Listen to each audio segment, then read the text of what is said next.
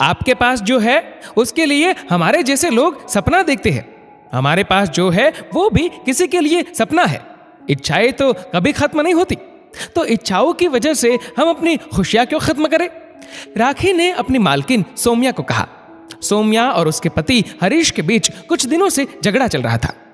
सोम्या अपनी समस्या किसी को बताना भी नहीं चाहती थी, क्योंकि आज के वक्त में समस्या को सुनकर उसे बढ़ाने वाले लोग ज्यादा है। या तो लोग हमारी समस्या को उत्सव समझकर मनाने लग जाते हैं, पर उसका हल कोई कोई ही बताता है। राखी 6 साल से सोम्या के यहां ही काम करती थी। राखी का पति रामू भी सोम्या के पति के ऑफिस में ड्राइवर था।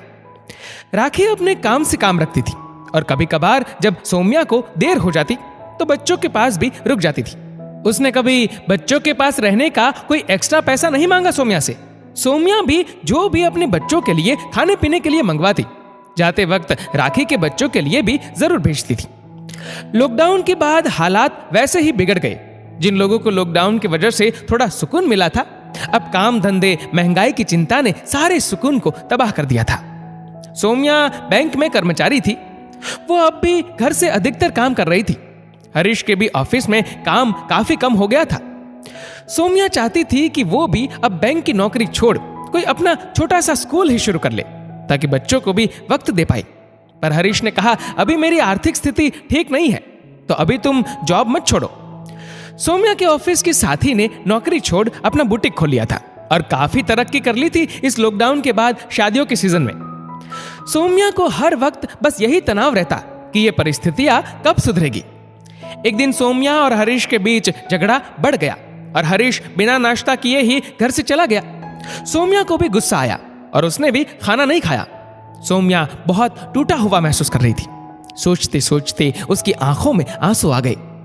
राखी कॉफी बनाकर लाई। दीदी ये लो, आप उदास बिल्कुल अच्छी नहीं लग रही। सोम्या को पता था राखी बिल्कुल भी कभी उनके घर के किसी मामले में ज्यादा ताकझाक नहीं करती थी। आज मन भी भारी था तो सोम्या बोल ही पड़ी, हो जाता है राखी कभी कभी मन भारी, तुम भी अपनी चाय ले आओ। आओ बैठो थोड़ी देर। राखी भी अपनी चाय ले आई और वही लॉन में बैठ गए दोनों। सोम्या ने पूछा, और बताओ बच्चे ठीक है तुम्हारे, कोई परेशानी तो नहीं? राखी ने कहा, नहीं दीदी सब बढ़िया है। जब तक आपके यहाँ काम नहीं करती थी तो एक की कमाई से थोड़ा गुजारा करना मुश्किल हो रहा था, इसलिए पड़ोस की औरतों की तरह मैंने भी काम करना शुरू कर दिया। सोम्या ने कहा, अच्छी बात है, हमें आगे बढ़ने के लिए मेहनत तो करनी ही पड़ती है। राखी ने कहा, दीदी एक बात बोलूं, छोटा मुंह बड़ी बात, बुरा तो नहीं मान जाओगी? सोम्या ने कहा, नहीं नहीं बोलो। राखी ने कहा, दीदी पहले मैं अपनी पड़ोसन को देखकर सोचती थी, काश इसकी तरह मैं भी काम करूं, अपनी पसंद के कपड़े ला सकूं अपने बच्चों के लिए। फिर काम शुरू किया तो अब सोचती हूं काश मेरे पास भी एक छोटी सी कार हो, मोहल्ले से दूर अपना घर हो। फिर सोचती हूं, माँ कहती थी कभी इच्छाओं के कुएं में ना गिरना, कितनी भी सीढ़ी बनाओ बाहर नहीं आ पाओगी। इसलिए अब खुश रहती हूं कि जो मिला है वो भी बहुत है। बहुत से लोग उतना पाने के भी सपने देखते हैं। आपके पास सब कुछ है, जिसके सपने देखना भी हमारे लिए एक सपना है, तो आप दुखी क्यों हो? सोम्या को उसके मन के सारे सवालों के जवाब मिल गए थे। साधारण सी राखी ने वो कर दिया जो 2 महीने से वो काउंसलर नहीं कर पाया, जिसके पास सोम्या मोटी फीस देकर आती थी। सोम्या ने राखी को देखा और उसके हाथ पर हाथ रखा।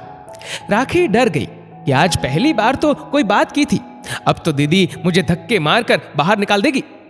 सोम्या कुछ कहती उससे पहले ही राखी बोल पड़ी, दीदी माफ कर दो, गलती हो गई। सोम्या ने कहा, अरे राखी तुमने तो मेरी सारी उलझन ही मिटा दी, तुम माफी क्यों मांग रही हो? तुम तो इनाम के हकदार हो। सही कहा तुमने, जो प्राप्त है वही पर्याप्त है। मैं पहले खुश रहती थी, अब जब से दूसरों के सुख की होड़ लगाई है, अपनी पहले की खुशियां भी खो दी। अब ऐसा नहीं करूंगी, अब मैं अपनी खुशी दोबारा मनाऊंगी। ये सुनकर राखी के दिल को तसल्ली हुई कि मेरी नौकरी बच गई। दोनों ने चाय पी और अपनी खुशियों को फिर से घर बुला लिया। दोस्तों, जो मिला है वही सच्ची खुशी है। खुश रहिए, खुशियां बांटिए। इस वीडियो को लेकर आपकी क्या राय है, नीचे कमेंट करके जरूर बताएगा। और अगर वीडियो अच्छा लगा हो तो इस वीडियो को लाइक करिएगा, शेयर करिएगा ज्यादा से ज्यादा लोगों तक। और ऐसे ही और भी इंस्पिरेशनल वीडियोस के लिए सब्सक्राइब करें हमारे यूट्यूब चैनल को और फेसबुक पर फॉलो करें हमारे पेज को। धन्यवाद।